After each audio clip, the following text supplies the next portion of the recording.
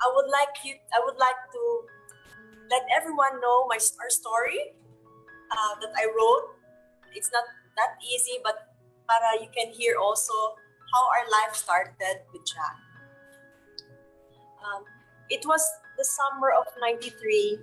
I was one of those avid listener of Y101, the best station to keep you company while driving. I joined their contest, which invited fans to call it to make up lyrics for a song. As fate would have it, Jack answered the phone. I won the contest. I was thrilled. The next day, I had to go to the station to claim the prize, a package from Pen Shop. How lucky could I be? Jack the Wack, the station's top DJ, was the one who handed me the prize. That was a chance for us to talk. From then on, he kept visiting me at my place, my home. Sometimes he'd just drop by to ask for a glass of water, just maybe an excuse to see me. I was then working Jack actually lived next door to us in Mabolo, in San Jose de la Montaña, but we had never been introduced before. After 4 months, we started dating. A low wall separated both our houses. His window faced mine. Sometimes we would talk through the window using our wireless phones. Or he would play songs during board work in Y101, dedicating them to me just as I would wake up in the morning. It wasn't hard to fall in love with him. Jack took me to posh restaurants and introduced me to drinking wine. But it's the special effort he made to keep us convinced me that this was the man who believed in commitment. We were together for 6 years before we got married in February 11. Just recently, we celebrated our 21st wedding anniversary. So we got married February 11th, 2000. That was Our Lady of Lourdes. It was the day that people could finally say the most sought-after bachelor of Cebu was hitched. A year after, he was invited to run and he won as a candidate for a Cebu City position. That started his journey in politics. He won the election. People trusted him.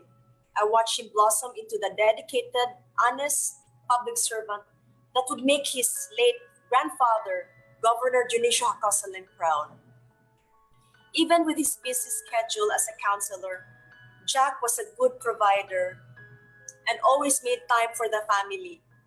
He enjoyed doing the most mundane domestic tasks like shopping for groceries with me, picking up our sons Sebastian and Santino, attending their school activities, and hearing Sunday Mass together. Friends wondered why I acted kilig at the end of the work week. I look forward to Fridays because that was our date night. It was Jack's way of staying connected.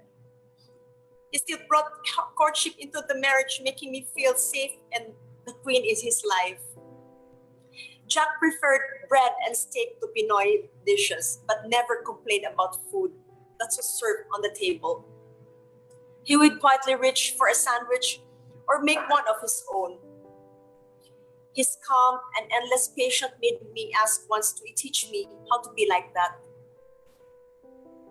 His friends can vouch that Jack never lost his temper or harbored a grudge as he mentored the next wave of DJs and on-air talents who would continue the tradition of superb music and intelligent talk in Y101. After serving 3 terms in the city council, Jack became the CITOM chairman, attending to the city's traffic headaches. How could we have known that the sudden migraines that kept him awake at night were caused by something else?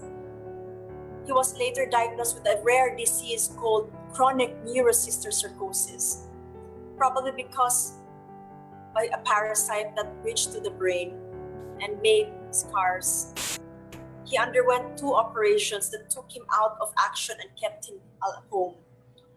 Our lives became simple, quieter, focused on the family and his special medical needs.